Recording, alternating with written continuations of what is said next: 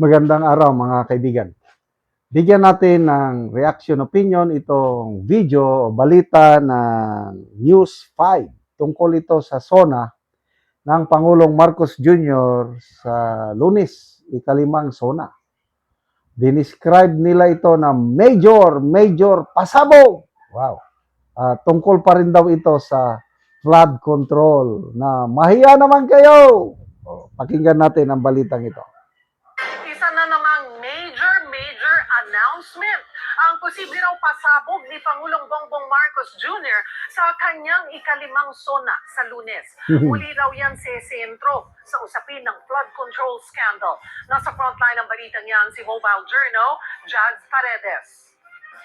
May pasabog nga ba sa ikalimang State of the Nation address ni Pangulong Bongbong Marcos? Malalaman natin yan sa Lunes. Pero kung si dating presidential spokesperson Attorney Mike Toledo ang tatanungin, malawang walang pasabog. Sa aking pananaw, magkakaroon ng isang major, let's say, announcement in SONA related to the flood control project. Kasi pag hindi, medyo magbabackfire yan. Matatandaang noong nakaraang SONA, mismong si Pangulong Marcos ang nagsilbing whistleblower sa umano'y korupsyon sa mga flood control projects. Saan ka ba nakakita sa kahit anumang bansa, kahit anumang jurisdiction, na ang Pangulo mismo, ang Presidente mismo, ang naging whistleblower? Pero hindi lang ang talumpati ang inaabangan. Kinumpirma ng PNP na may nakatakdang aktibidad ang Iglesia ni Cristo sa mismong araw ng SONA. Ang mga kapatid nating Iglesia ni Cristo will be holding ang kanilang pasasalamat day for July 27. So, mga laking gathering din yon. We need to secure that gathering. We have our no rally zone, we have our barriers, we have our CDM, etc. Name it, nandun lahat. Tinitili ng PNP na ang mga magrarally ay kailangan may permit. Mahigit 20,000 pulis ang ide-deploy sa Metro Manila sa Lunes. Hindi lang para sa mga dadalo at magpoprotesta, kundi pati sa mga sensitibong lugar gaya ng Batasan, Malacanang, Senado, US Embassy at Tiwasang Bonifacio. Pinalalakas din ng PNP ang cybersecurity laban sa fake news, online scams, at posibleng cyber attacks habang nakasubaybay ang buong bansa sa SONA. Samantala, ayon naman sa Malacanang, isang simpleng SONA ang gagawin ngayong taon. Walang celebrity performers at ang kakanta ng Lupang Hinirang ay ang PCSO Coral. Ang produksyon naman ay pangungunahan ng RTVF. Isa pang inaabangan ay kung dadalo kaya si Vice President Sara Duterte. Sa ngayon, mukhang malabo. Nasa abroad kasi ang pangalawang Pangulo mula July 16 hanggang 31 para sa mga aktibidad sa Qatar, United Kingdom at Netherlands. Kaya kung walang magbabago, malamang na hindi siya makadalo sa SONA sa Lunes. Nagbabalita mula si Frontline Mobile Journal, Jazz Paredes, News 5. Major pasabog. Ang balitang yan si Mobile Journal, no? Jazz. Talagang sisingilin siya ng taong bayan doon sa kanyang mahiya naman kayo SONA last year. Mismo si Bangko Sentral ng Pilipinas Monetary Board member and dating Finance Secretary Benjamin Diokno ang nagsabi na sisingilin siya ng taong bayan ano na ang nangyari sa kanyang mahiya naman kayo SONA. Mayroon bang nangyari? Yon ngayon. At ako naniniwala ako doon sa sinabi ng dating presidential spokesperson Toledo na flood control talaga ang kanyang dedepensahan niya yung kanyang pagiging whistleblower. 66 years old na po ako ngayon. Ngayon lang ako nakakita na ang whistleblower presidente. Yung mga naunang mga whistleblower, Sandra Cam, sino yung lalaki? Lozada. And then Benhor Loy, o Uy ba yun? Loy? Mga naunang whistleblower. Mga ano lang yan. Ordinary last year, ang whistleblower is presidente. Wow.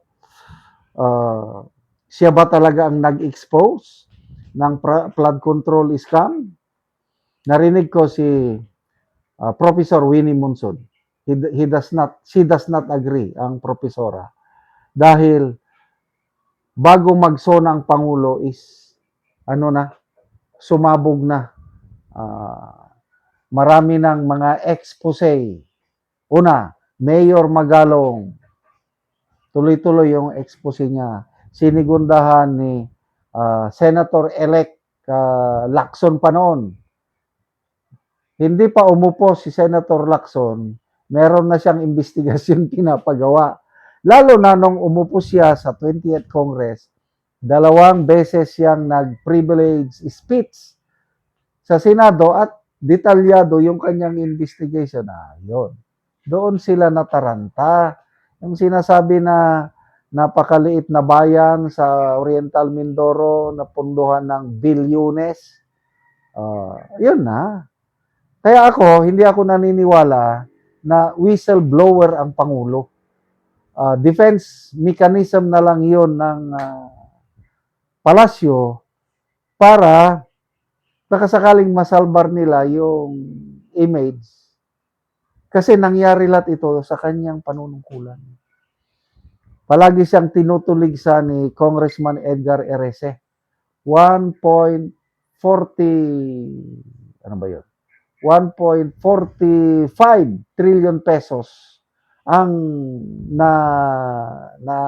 naging budget insertion for 3 straight years. At bakit pinayagan ng Executive Department? Bakit hinayaan niya ang Congress na lustayin ang budget for 3 straight years?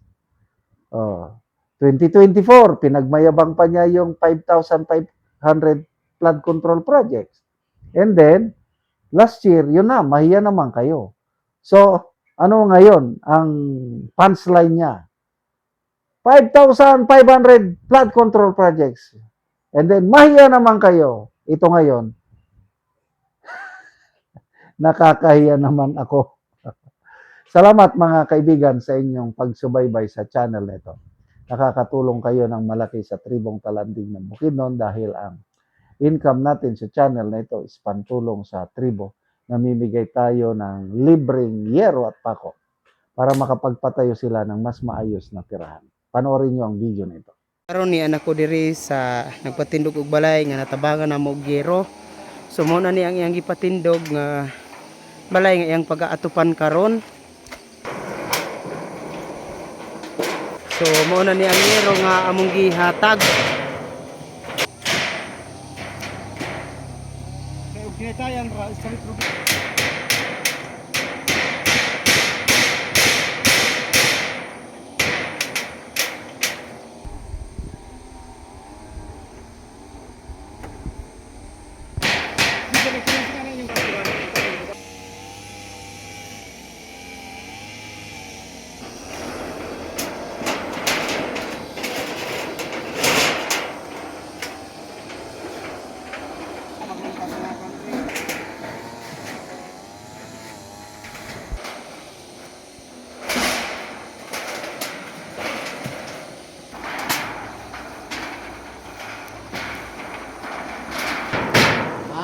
ug karon humanagid sa pag-atop ang ginatabang nga yero. Makita gid nato nga nakatop na sila. May buntag, pasalamat sa Ginoo ug salamat sa gihatag nga sin ug sa gamit ani nga tawo sa paghatag sa sin.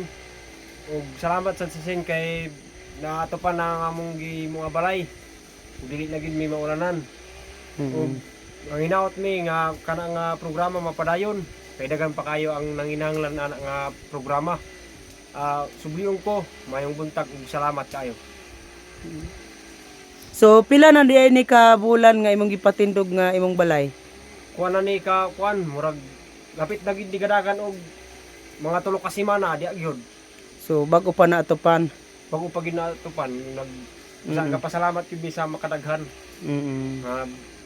Manginaot mi nga mapirminti gyud ni siya. Og sa makausab-sad dako na kay ni nga tabang sa amoa kay among sulon sa pagtrabaho igura sa kaon wala nami pang palit og sin Mm. ug lansang. Mm. Salamat gid kaayo. Salamat pod kaayo.